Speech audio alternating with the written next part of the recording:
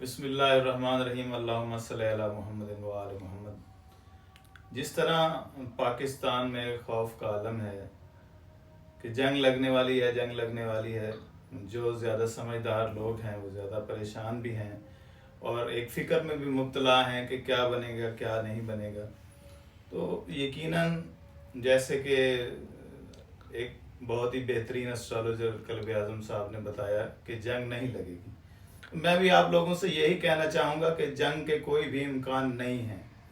اگر ہم روحانیات کی سورسز سے بھی دیکھیں تو جنگ لگنے کے کوئی امکان بھی نہیں ہے۔ ہاں، اگر آپ چاہتے ہیں کہ آپ کے دل کو اطمینان ہو تو اس کے لیے میں آپ کو ایک بہت ہی بہترین وظیفہ بتاتا ہوں، آپ وہ اپنے ورد میں رکھیں، اس سے آپ کو بھی فائدہ ہوگا اور پاکستان آرمی کو بھی فائدہ ہوگا۔ سورہ نصر صبح فجر کی نماز کے بعد صرف 101 مرتبہ اگر آپ پڑھیں گے تو آپ کی پاکستان آرمی کو، آپ کی بہت زیادہ روحانی سپورٹ ملے گی۔ آپ جانتے ہیں کہ آپ کا دشمن صرف ہتھیاروں سے ہی لیس نہیں ہے بلکہ وہ روحانی بھی ہتھ کنڈے جانتا ہے۔